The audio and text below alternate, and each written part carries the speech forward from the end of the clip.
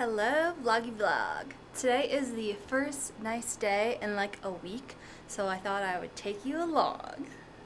I just finished filming a video for YouTube. It's a full body dumbbell workout and it's supersets. And then I ate breakfast outside on the lovely patio. And now I'm just gonna do some body maintenance, is what I like to call it.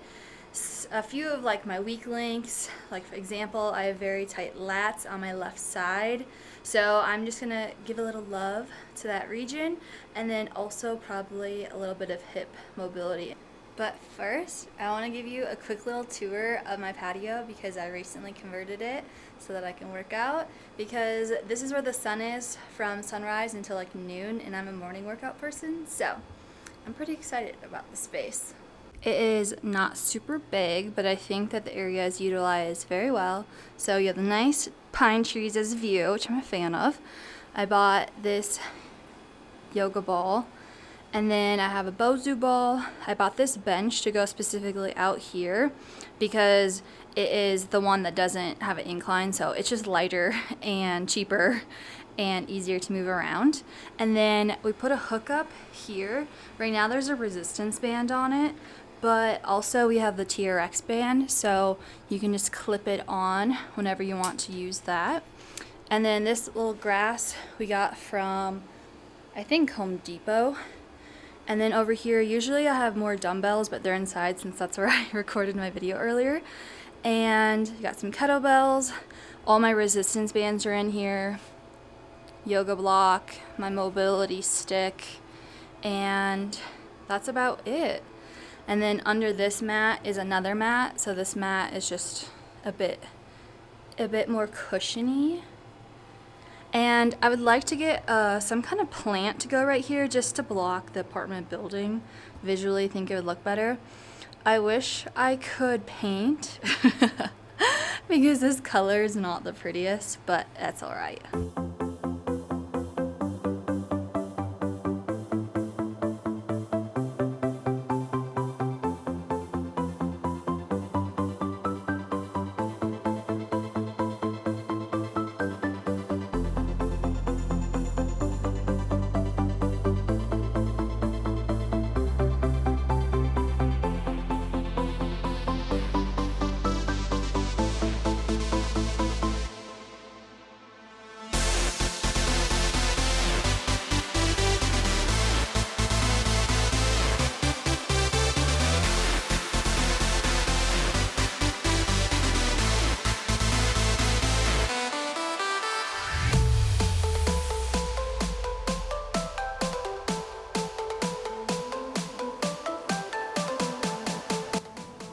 So hard.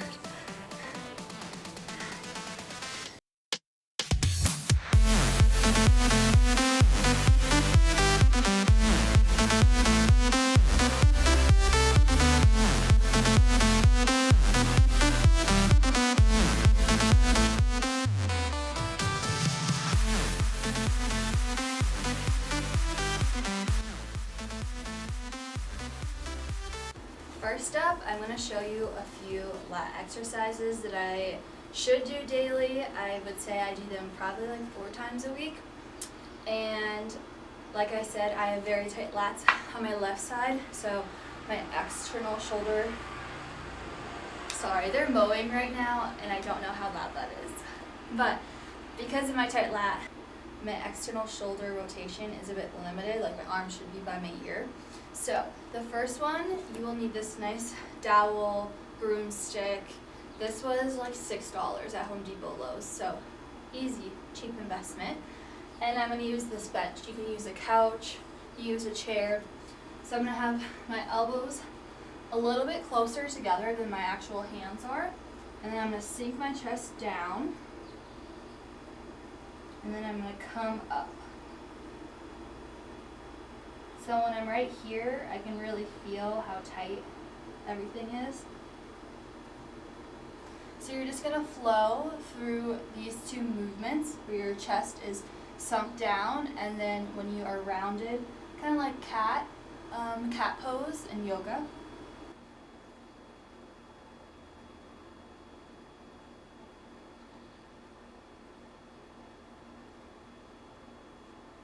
Next up, I'm going to use the resistance band. You can put a resistance band in the door. That's probably the easiest way to do it, but like I said, mine is on a hook, and I'm going to wrap my hand into it so that I am in external rotation, so my thumb is going to be pointing out. So then I'm going to hang out down here.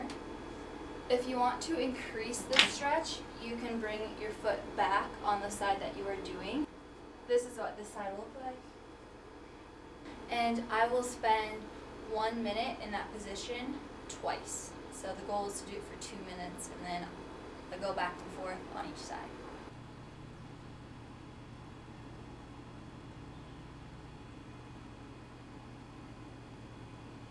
Those are my two favorite lat stretches.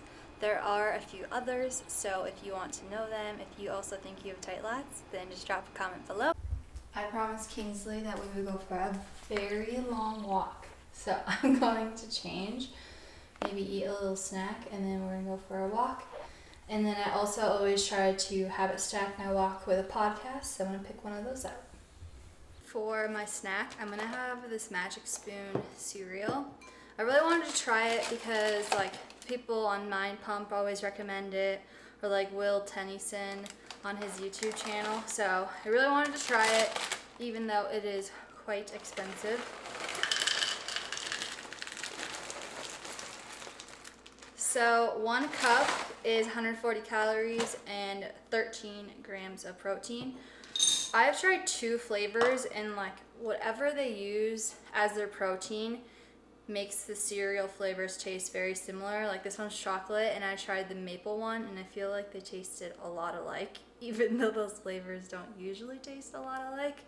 So I don't think I would necessarily rave about it or recommend it, but I just really wanted to try it since I'd heard other people talking about it.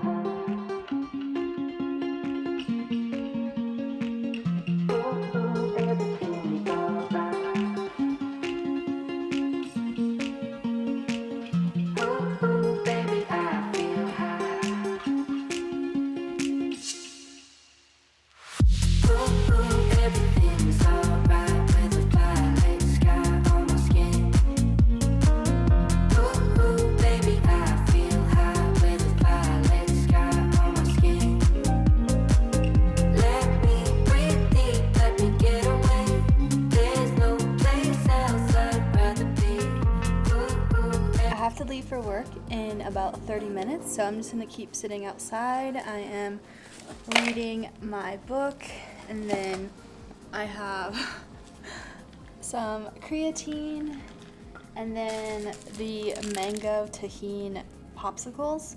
Have you tried those? I feel like they're okay. So that's the plan until I leave for work. I wanted to end this vlog by sharing a little bit from this book that I've been reading.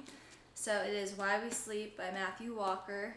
I had heard of him because I've listened to him on Huberman's Lab podcast, and I've watched, I believe he has a TED Talk on YouTube. I've watched some of his content on YouTube. So I wanted to read this book. I wrote down a few of the things because it does contain a good amount of science, and I just wanted to record down my top 5 favorite things that I've learned this far. First up, it talks about our core temp dropping when we are about to go to sleep. So our circadian rhythm coordinates a drop in this core temp nearing bedtime. And the temp rhythm is not dependent on if you're actually going to sleep. So say you are being a little party animal, or whatever the circumstances are, and you're gonna pull an all-nighter, your body temp will still drop near bedtime. All right, next up, this is maybe what I found most interesting since reading this, because you always hear of people who are like night people, and then you have the morning bird catches the worm, or whatever the saying is. So it says genetics strongly determine if you are a morning type, an evening type, or somewhere in between. It says 40% of our population is a morning type, 30% is an evening type, and the remaining 30% are those in-between types. So maybe automatically you're like, oh yeah, I am definitely a morning type, I'm an evening type, maybe I'm somewhat in the middle. I've always been a morning type. Even when I was a teenager, I never went through the crazy sleep-in stages. I am a morning person through and through. I love the morning. And I know that's cringe-worthy for some people who hate mornings. Anyways, it says night owls are incapable of falling asleep early at night and strongly dislike waking up early. And when they do wake up early, their brain remains in a more sleep-like state. That really clicked with me because my significant other, Ryan, he is definitely someone who's kind of a zombie when he first wakes up. And I never really understood it when I met him, but now it makes more sense. Because genetics play a role in this, that means you can look at your parents, and most likely one of them is the same chronotype, is what it's labeled as. So one of them is a morning person, the night person, the in-between person. The next few bullet points are about caffeine. So caffeine is the second most traded commodity on the planet. I had no idea. And caffeine blocks adenosine receptors. So I have heard about this before, but caffeine blocks the sleepiness signal normally communicated to the brain by adenosine. So adenosine, if it's a new word, it's kind of like, is that English? But it is a hormone that is going to build up at nighttime when you're getting sleepy, and then you're going to cycle it through the night. You're going to have less of it, and when you wake up, you still might have some of that adenosine in your system, and so you feel sleepy and groggy, and a lot of people want to grab for that caffeine. And I know Huberman Labs suggests doing an hour-and-a-half delay on caffeine for that reason, just to let your body naturally do what it does with adenosine before having caffeine in your system to block those receptors. And then it says caffeine's half-life is 5 to 7 hours. 5 to 7 hours. So 50% of caffeine is still in your body after that time period. So caffeine peaks 30 minutes after drinking, but obviously you can do the math. If you had your last coffee of the day at 1 p.m., that means at 6 p.m. and 8 p.m., you still have 50% in your system, even though bedtime potentially is not that far away. Like for me, I go to bed around 9:30. So 50% of that caffeine would still be circulating in my body. And lastly, the fifth thing I wrote down was this spider web drawing is what I put with my notes, but I'm gonna show it. I've never heard of anything like this, never heard of this study. Of course, I'd have to look up the study to know exactly what the dosage is for all of these things, but what they did is they took spiders and they gave them LSD, speed, marijuana, caffeine, and then of course the normal spider that's not on anything.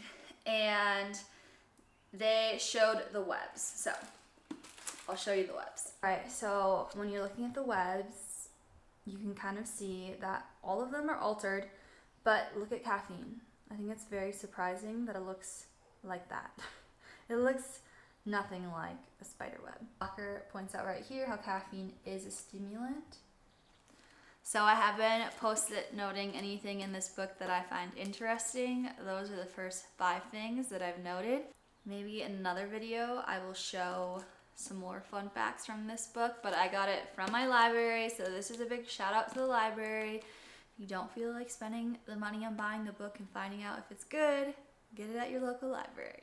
That brings this vlog to an end. If you are a nerd like me or you like learning new things, I hope you enjoyed the last segment. I would love to start doing that in more of my vlogs. I absolutely love learning new things. I hope you enjoy the rest of your day. Thank you so much for tuning in.